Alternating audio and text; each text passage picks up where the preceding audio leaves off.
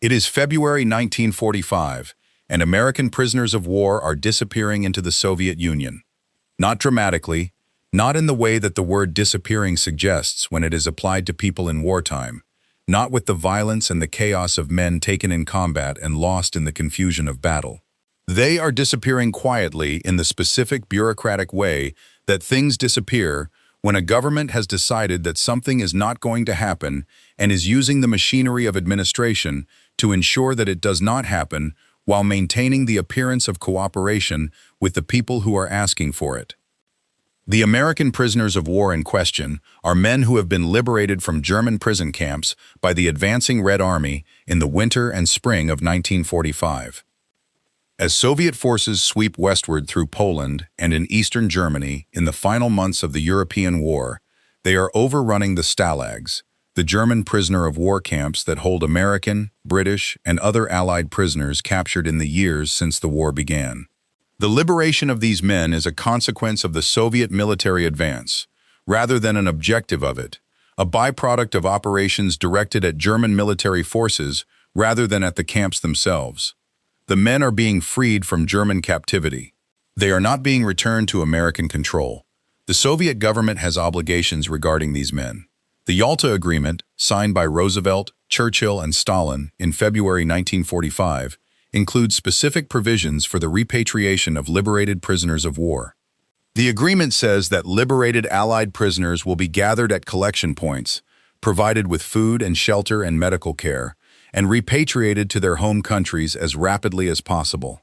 The agreement is specific. The obligations are clear. And the Soviet government is not meeting them. The American prisoners liberated by Soviet forces are being held in conditions that the fragmentary reports reaching American military headquarters describe in terms that are alarming. Some are being held in the same camps from which they have just been liberated, under guard with limited food and inadequate medical attention.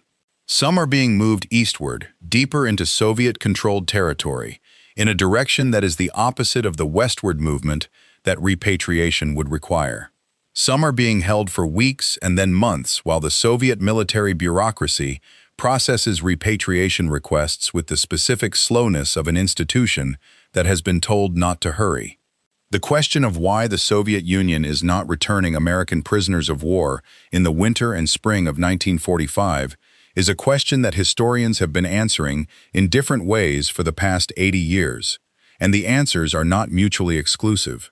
One answer involves the Soviet concern about their own repatriation problem.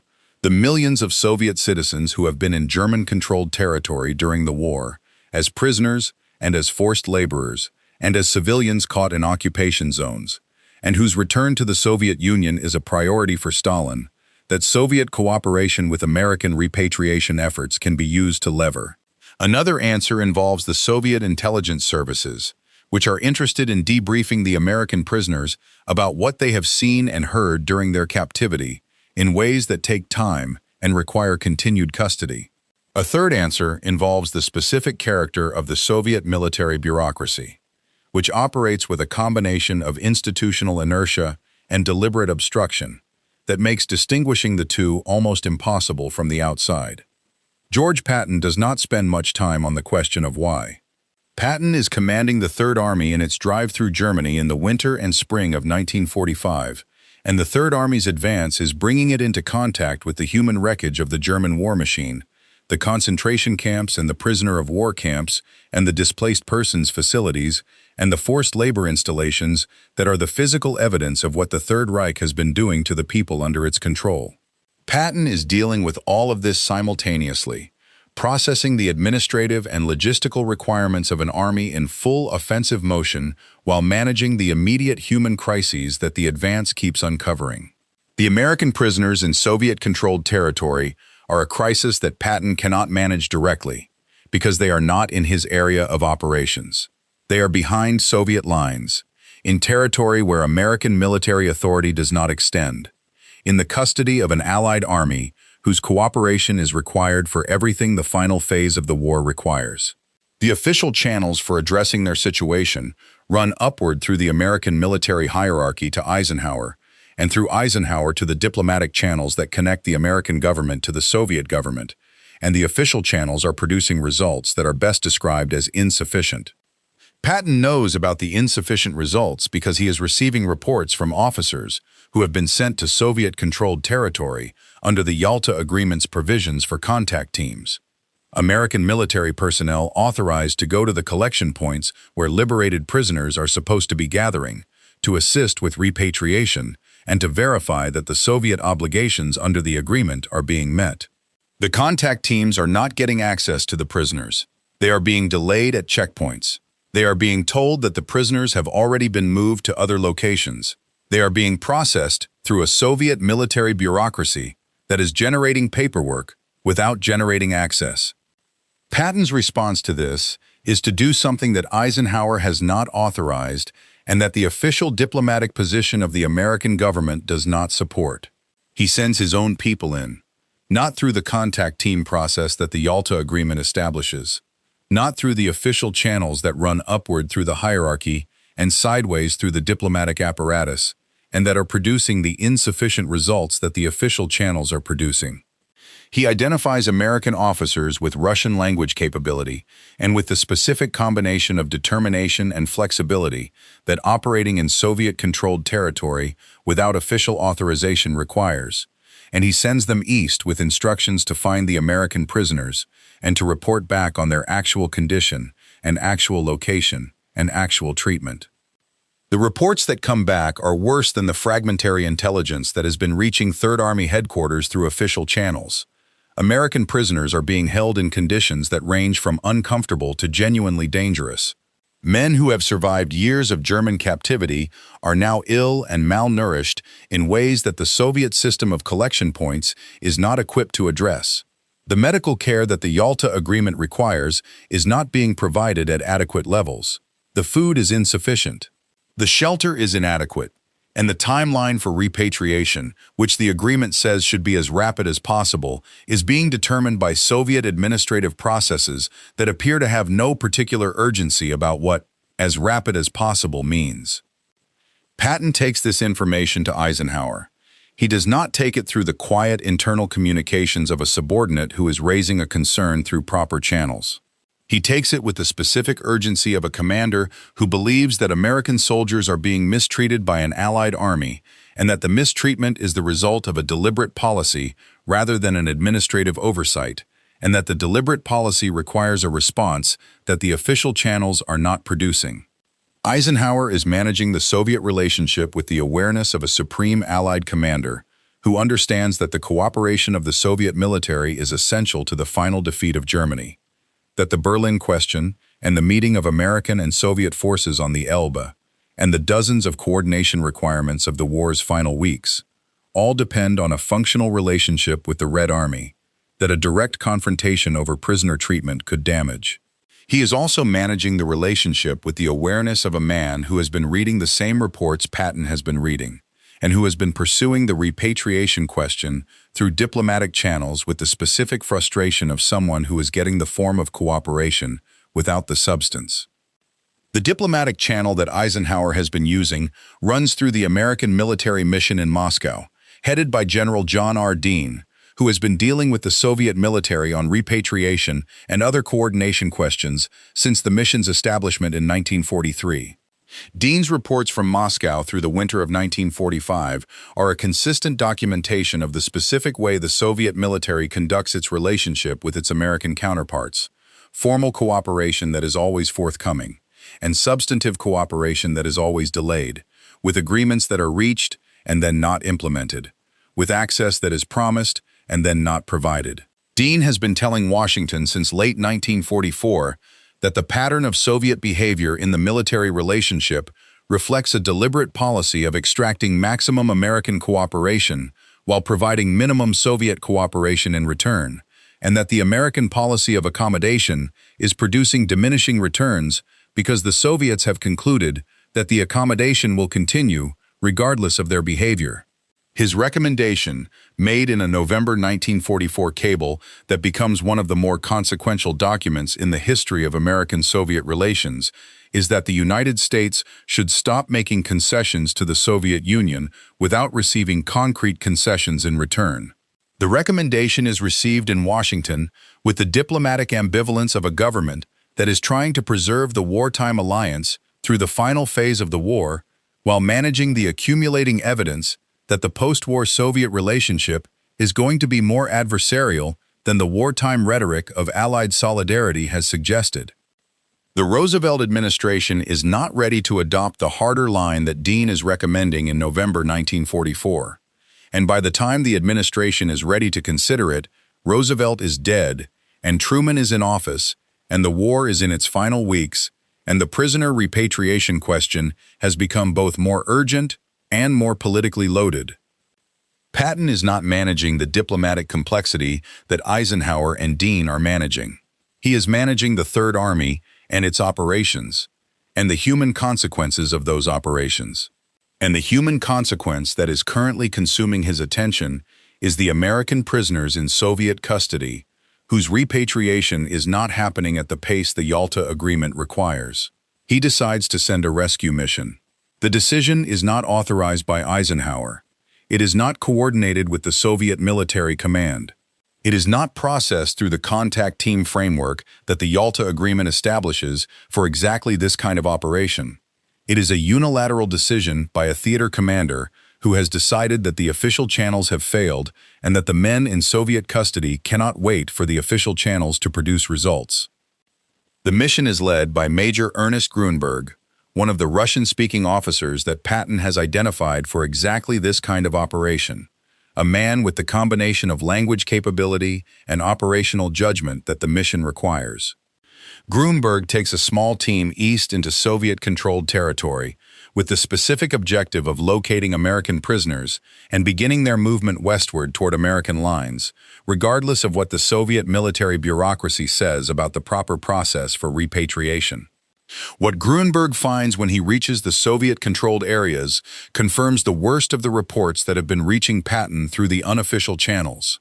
American prisoners are at multiple locations, in conditions that range from miserable to dangerous, and the Soviet military personnel responsible for them are operating under instructions that do not prioritize the repatriation that the Yalta Agreement requires. Grunberg begins moving men. He does not ask for Soviet authorization. He does not process requests through the contact team framework. He identifies Americans, gets them moving, and starts them westward toward the Third Army's lines. The Soviet military's response to Grunberg's operation is the response of a military bureaucracy that has been bypassed by someone who has decided that the bureaucracy's timeline is unacceptable. There are confrontations at checkpoints.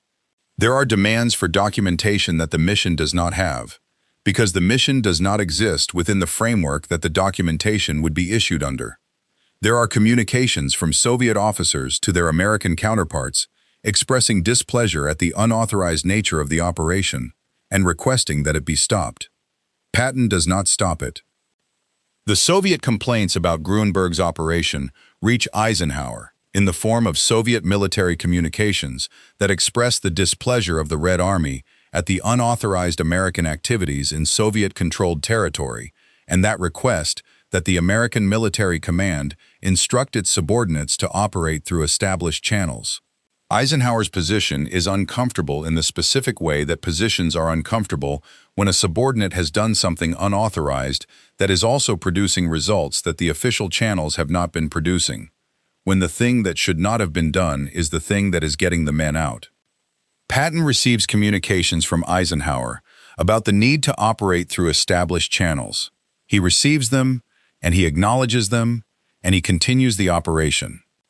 This is characteristic of Patton's management of the tension between his own judgment and the authority of his superiors, the pattern that has defined his relationship with the chain of command throughout the war, the pattern that has produced the slapping incidents and the speech in England, and the various occasions on which Patton has done what Patton has decided is right, and then managed the consequences.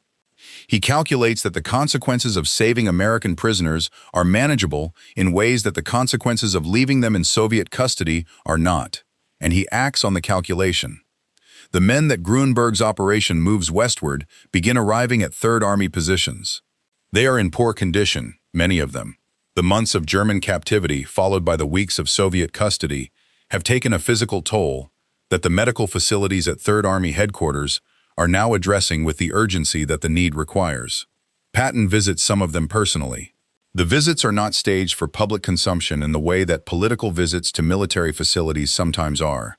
They are the visits of a commander who wants to see directly what has happened to soldiers who were in someone else's custody, and who needs to understand the gap between what the Yalta Agreement promised them and what they actually received.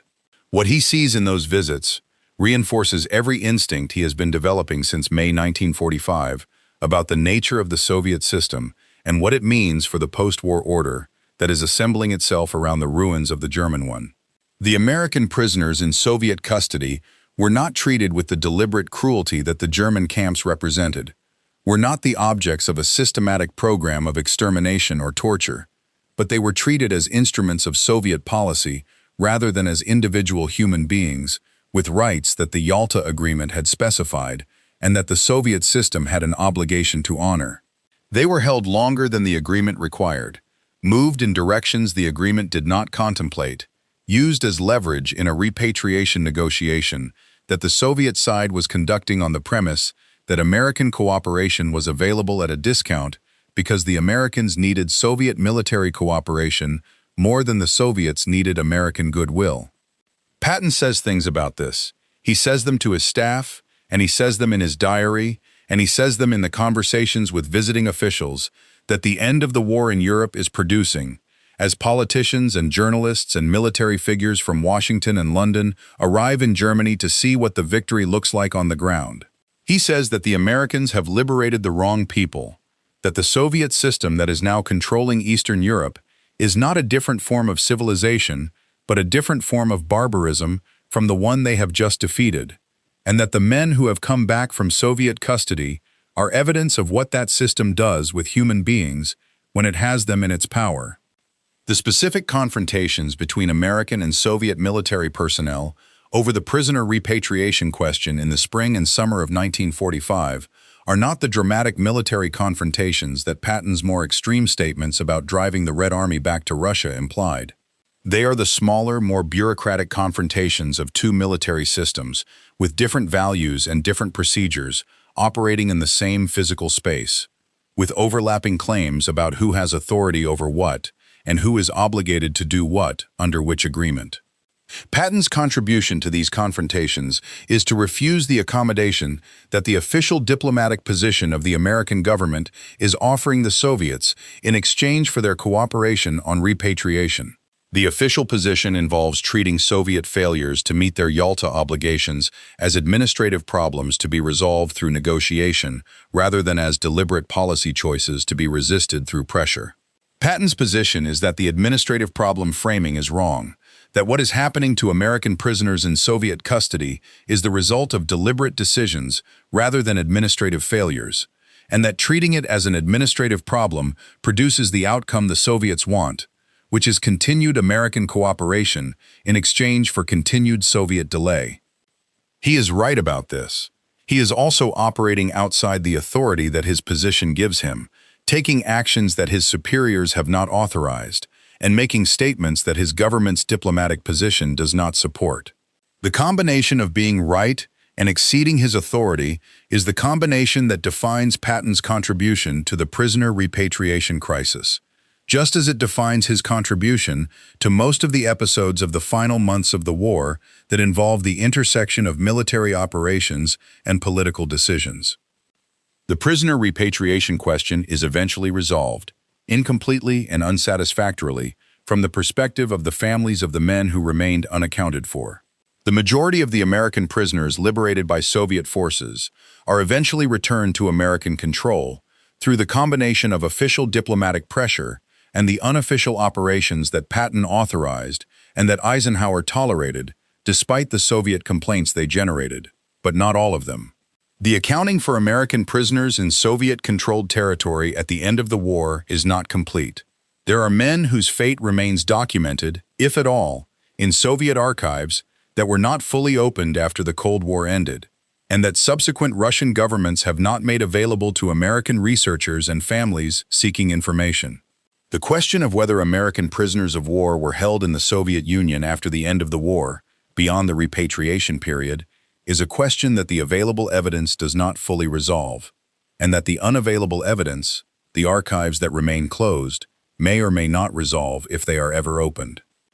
What the available evidence establishes is that the Soviet government did not meet its Yalta obligations on repatriation in the spring of 1945, that the failure was deliberate rather than administrative, that the American government's official response to the failure was insufficient, and that the most effective response to it was the unauthorized operation that Patton directed when he decided that the official channels had failed and that American soldiers could not wait for them to produce results.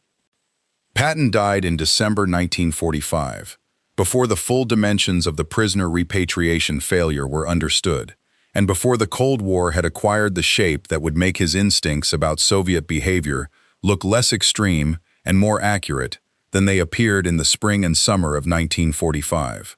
He died believing that the Americans had failed the men who were left in Soviet custody, and that the failure was the consequence of a policy that prioritized the diplomatic relationship with the Soviet Union over the specific human obligations that the Yalta Agreement had created. He was not wrong about that. The men who came back from Soviet custody after Grunberg's operation, the men who arrived at Third Army positions in the spring of 1945 in poor physical condition after months of German captivity and weeks of Soviet custody, are the evidence that his instinct was correct, that his action was justified, and that the official channels that Eisenhower was pursuing and that the diplomatic position of the American government was supporting were producing results that were insufficient for the men in Soviet hands. The men came back because Patton sent someone to get them, not through the channels that the Yalta Agreement established, not with Soviet authorization, not with Eisenhower's approval. Through the specific unauthorized directness of a commander who had decided that the men in Soviet custody were more important than the diplomatic relationship that the official channels were trying to preserve, and who was willing to accept the consequences of that decision because he believed the decision was right. He was right, and the men came home. If you had been in Patton's position, receiving those reports from Grunberg, and knowing that the official channels were producing insufficient results, and that men were in Soviet custody in deteriorating conditions, what would you have done? Let me know in the comments, and click the video on screen for the next one.